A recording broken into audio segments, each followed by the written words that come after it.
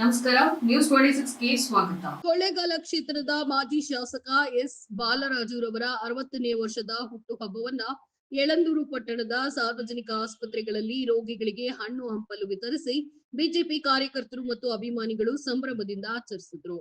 ಈ ಸಂದರ್ಭದಲ್ಲಿ ಮಾಜಿ ಶಾಸಕ ಎಸ್ ಬಾಲರಾಜು ಅಭಿಮಾನಿ ಬಳಗದ ಅಧ್ಯಕ್ಷ ಕಂದಹಳ್ಳಿ ಮಹೇಶ್ ಕುಮಾರ್ ಮಾತನಾಡಿ, ಮಾಜಿ ಶಾಸಕ ಎಸ್ ಬಾಲರಾಜುರವರು 30 ವರ್ಷಗಳಿಂದ ರಾಜಕೀಯ ಕ್ಷೇತ್ರದಲ್ಲಿ ಅನೇಕ ಜನಪರ ಯೋಜನೆಗಳನ್ನ ಜಾರಿಗೆ ತರುವ ಮೂಲಕ ಕೊಳ್ಳೇಗಾಲ ಕ್ಷೇತ್ರದ ಶಾಸಕರಾಗಿದ್ದ ಸಂದರ್ಭದಲ್ಲಿ ಕ್ಷೇತ್ರದ ಅಭಿವೃದ್ಧಿಗೆ ಹೆಚ್ಚಿನ ಕಾಳಜಿ ವಹಿಸಿ ಅಭಿವೃದ್ಧಿ ಪಡಿಸಿದ್ರು ಅಂತ ಹೊಗಳಿದ್ರು.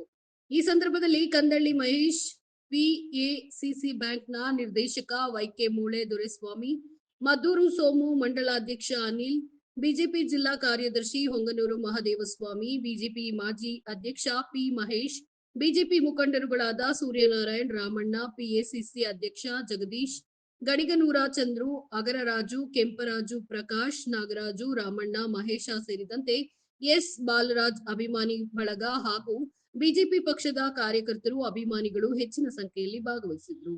ವರದಿ ಎಸ್ ಪುಟ್ಟಸ್ವಾಮಿ ಹೊನ್ನೂರು, ನ್ಯೂಸ್ 26 ಕನ್ನಡ, ಚಾಮರಾಜನಗರ. ಇದಾಗಿತ್ತು ಟುಡೇ ನ್ಯೂಸ್ ಅಪ್ಡೇಟ್ಸ್. ಇನ್ನಷ್ಟು ಸುದ್ದಿಗಾಗಿ ನೋಡ್ತಾ ಇರಿ ನ್ಯೂಸ್ 26 ಕನ್ನಡ. ನಾವು ನಿಮ್ಮೊಂದಿಗೆ.